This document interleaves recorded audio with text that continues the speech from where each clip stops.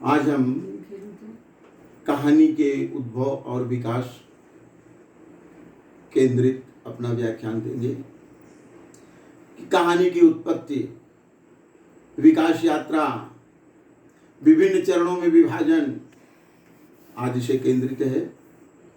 सबसे पहले तो हम बताना चाहेंगे कहानी का उद्देश्य क्या है और इसका प्रारंभ कब से हुआ। वैसे तो संस्कृत साहित्य के कथा साहित्य से अखिल भारत में, संपूर्ण विश्व में कथा साहित्य का प्रारंभ माना जाता है, यानी संस्कृत साहित्य कथा साहित्य का जन्मदाता है। परंतु आधुनिक कहानी के परिप्रेक्ष्य में जब हम बात करते हैं तो संस्कृत साहित्य के कथा साहित्य को गौड़ मान लेते हैं। संस्कृत साहित्य की चली आ रही कथा साहित्य को दूर रख करके पाश्चात्य साहित्य से विकसित, यानी वंग साहित्य। हमारे यहाँ कथा साहित्य का विकास कैसे हुआ?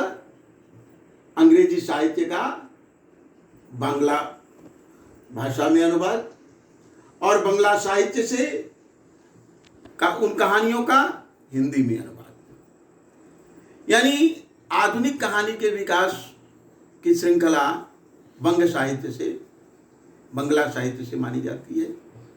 जिस प्रकार उपन्यासों का विकास पाश्चात्य से, उसी प्रकार कहानी साहित्य का विकास भी पाश्चात्य साहित्य से माना जाता है। इससे पूर्व हम चलना चाहेंगे कि वैसे तो कहानी का शुभारंभ यानी ब्रज भाषा काल से ही माना जाता है। 252 वैष्णवन की वार्ता, 284 वैष्णवन की वार्ता ये कहानी साहित्य के अंतर्गत मानी जाती है। लेकिन जब हम कहानी तत्वों के आधार पर इनका विश्लेषण करते हैं, कहानी तत्वों के आधार पर इनका परख करते हैं, तो ये कहानियां हिंदी साहित्य की कहानी का प्रतिनिधित्व यानी आधुनिक कहानी का प्रतिनिधित्व नहीं करती, क्योंकि ये कहानी तत्वों के आधार पर पूर्ण नहीं है। इससे आगे बढ़ते हैं तो जो हिंदी साहित्य के प्रथम गद्यकार रहे, जहां से गद्य साहित्य का शुभारंभ माना जाता है, वहां हिंदी कहानी, वहीं से हिंदी कहानी का भी शुभारंभ माना जाता है।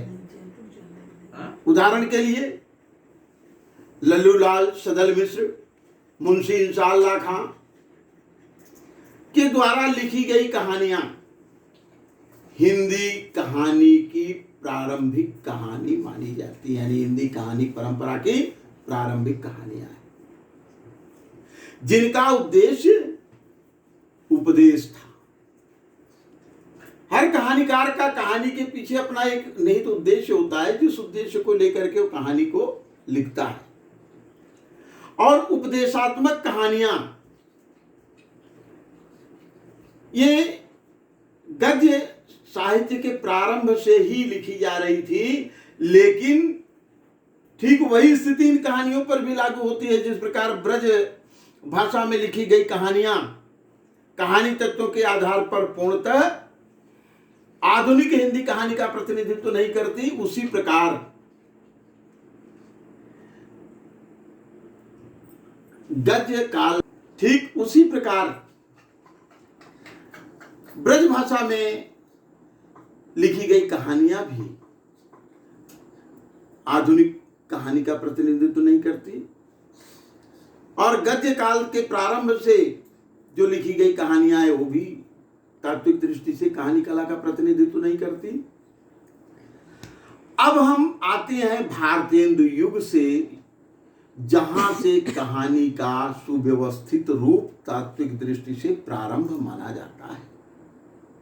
अब हम यहां पर कहानी को मुख्यतः 4 भागों में विभक्त करके देखते हैं: भारतेंदु युग, द्विवेदी युग, प्रसाद युग एवं प्रेमचंद युग और प्रसादोत्तर युग। जब हम भारतेंदु युग की बात करते हैं तो भारतेंदु युग में लिखी गई कहानियां एक उपदेशात्मक कहानी थी, जिसका उद्देश्य था कहानियों के माध्यम से उपदेश देना।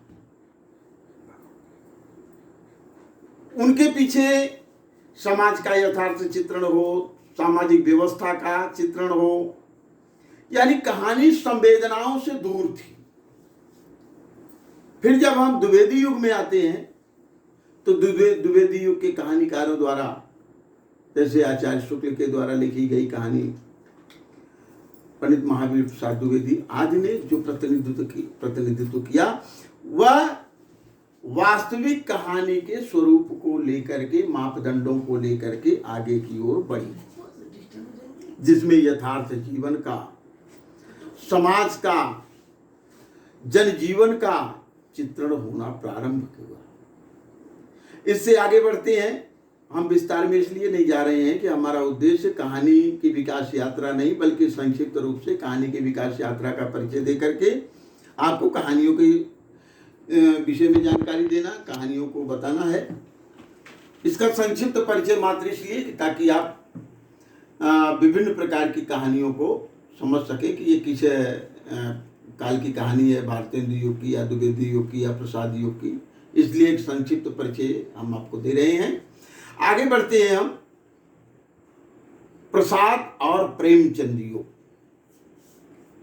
जिसमें अनुभूत परक संवेदनात्मक कहानियां लिखी गई, समाज का यथार्थ चित्रण हुआ, जनजीवन का चित्रण हुआ। और मुंशी प्रेमचंद जो उपन्यास कहानी के सम्राट माने जाते हैं, प्रसाद जी जिन्होंने समाज के हर वर्ग का प्रतिनिधित्व करते हुए कहानी कला के क्षेत्र में अपना विशेष विशिष्ट योगदान देते रहे और कहानी कला को आगे की ओर बढ़ाए।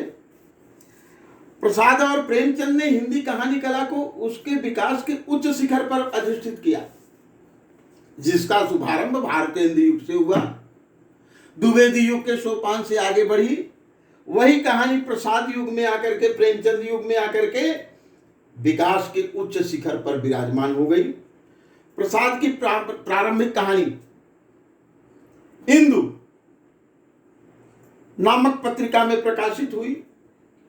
आकाशदीप, आंधी, विषाती, इंद्रजाल, मधुआ, पुरस्कार, गुंडा आदि प्रसाद की उत्कृष्ट कहानियां हैं, जो समाज के हर वर्ग का प्रतिनिधित्व कर रही है। एक तरफ सामाजिक व्यवस्था का चित्रण है तो दूसरी तरफ यथार्थ का चित्रण है। इसी प्रकार प्रेमचंद की कहानियों को ले तो प्रेमचंद ने तो लगभग 300 कहानियों को लिख करके कहानी कला को समृद्ध बनाया, और समाज का कोई ऐसा वर्ग, कोई ऐसा व्यक्ति नहीं जो इनकी कहानी में सजीव रूप न प्राप्त किया हो, जिसके जीवन का चित्रण न किया गया हो। ग्रामीण जनजीवन, शहरी जीवन, शहरी और ग्रामीण जीवन के बीच संघर्ष, अंतर्द्वंद की स्थिति, ये मुंशी प्रेमचंद की अपने स्वयं की अनुभूति है समाज के प्रति, लोक के प्रति, जो इनकी कहानियों के माध्यम से व्यक्त हुई दिखाई देती है। इसी प्रकार अन्य कहानीकारों ने भी, इस युग के अन्य कहानीकारों ने भी अपना योगदान देकर के कहानी कला को आगे बढ़ाया, और विशेष करके मुंशी प्रेमचंद, प्रसाद के द्वारा लिखित कहानियां आज भी समाज का यथावत प्रतिनिधित्व कर रही हैं और साहित्य जगत को विकसित होने में अपना योगदान प्रदान कर रही हैं। इसके आगे के प्रसंग पर हम कल विचार करेंगे विस्तार से। धन्यवाद।